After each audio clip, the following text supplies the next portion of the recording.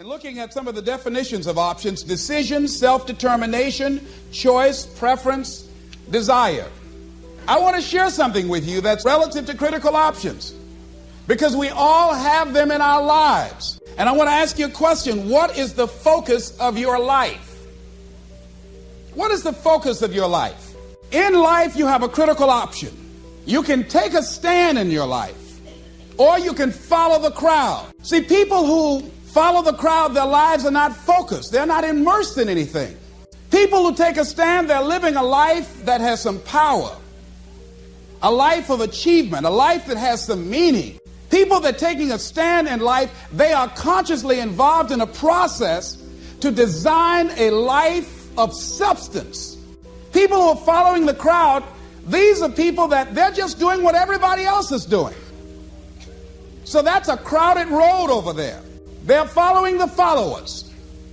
I want to talk to you about taking a stand with your life. And what are some of the things we can do that will enable us to give our lives up in a way that has some purpose and meaning, that can be real for us, that can give us a sense of fulfillment, of joy and happiness and peace of mind. See, most people are bored with life. Most people feel that life isn't worth the hassle, that life is just wearing me out. It's boring. It's monotonous. I have nothing to look forward to. Here we go again, another Monday morning. TGIF Day. Thank God it's Friday. Here we go again. Oh, boy. You see what the man meant about many people die at age 25 and don't get buried until they're 65? Doing the same thing the same way every day, looking at these faces, just walking around. I mean, you got to be aware of these faces. They affect you, you know. Try to stay around pleasant faces, and if you have an unpleasant face, try and smile more. It's good for your health. And there's another dividend: you look better too. So, looking for a way in which we can begin to give our lives some special power. Number one, commit yourself to giving your best at all times. Now, that's not easy. See, most people, and particularly those who are working in corporations, they're finding now they've got to change their behavior. We're now involved in a world economy. We will never do business the way in which we've done business in the past. We will never be able to, in the American workplace, do just enough to get by. Now the standards have been raised. Quality and productivity has been increased because of the competition. And so now average performance will not be enough. This is a new day. Competition is fierce. So people who've been locked into a behavior pattern are working just hard enough to keep from getting fired. They're being laid off, are forced into early retirement. It's a new game now. So now more than ever, it's about increased productivity. Now more than ever, it's about superior quality service. Now more than ever, it's about creating a positive atmosphere in the workplace, and people that have that competitive age, people that are hungry to make it. So you got to be hungry now. You can't just casually walk around, well, I'll get to it later on. Oh, no, this is a new day right now. Committing yourself to give your best at all times, regardless of the competition to do otherwise, or the influences of negative people that will tell you, hey, look here, don't push yourself too much. Now's the time to push yourself, to always get in the habit of giving the best that you have to share. Thinking about a situation where I had to give a lecture out in Los Angeles, California for Xerox Corporation. Well, part of what I do when my profession is doing corporate training. My passion is doing training with kids.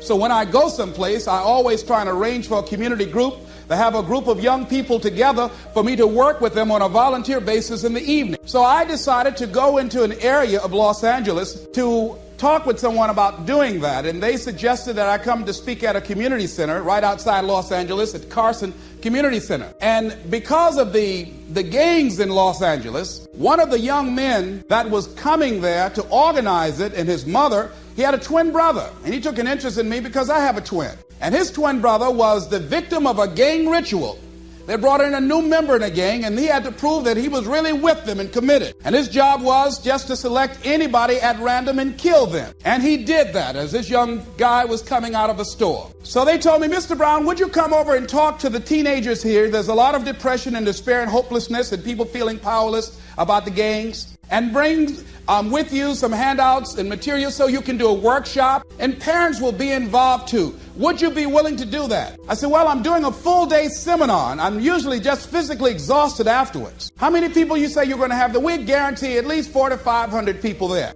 I said, okay, I will come there and work with them and take them through this intensive. It's called Project Respect, how to create a shift in the community, how to get young people engaged in a process of creating positive peer pressure rather than buying into the negative peer pressure.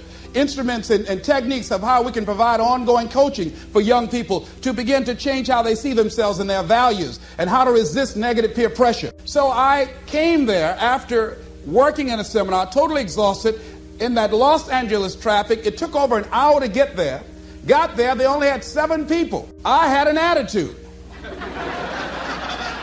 I said, you had me come all the way from Los Angeles after working all day just to talk to 7 people? You told me over 400 people were going to be here. Where are the parents? Only one parent here. My time is valuable. I've got all this material that we've copied to do a workshop. And so I went on and talked to those young people that were in the room, the 7 that were there, and I just gave them a little speech. And then I left. Went back to the hotel.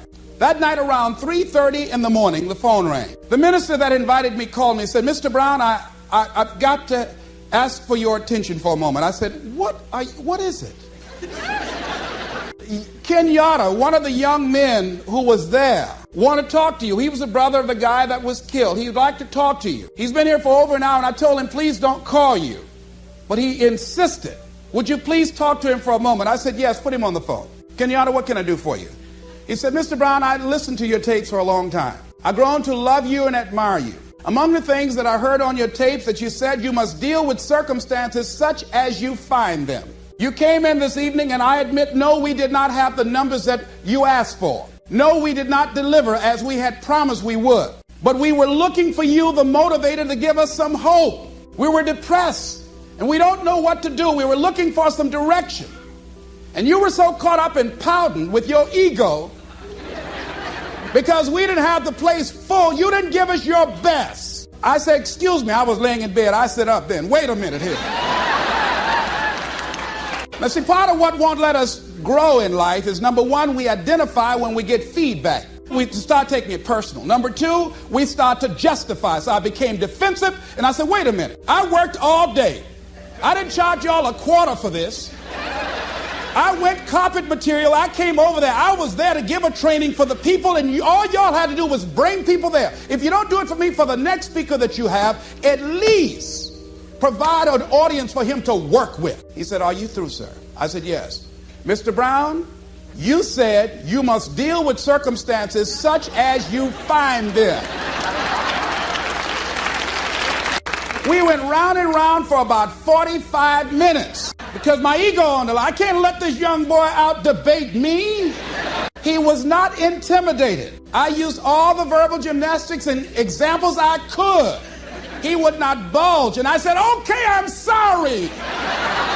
Give me a break. And he said, it takes a big man to say he's sorry. That night, after I finished that young man, I prayed. I stayed on the floor by the bed. I said, Lord, if you ever give me a chance to speak again, I don't care if it's one person in the audience. I'm going to wear that one out. I learned my lesson.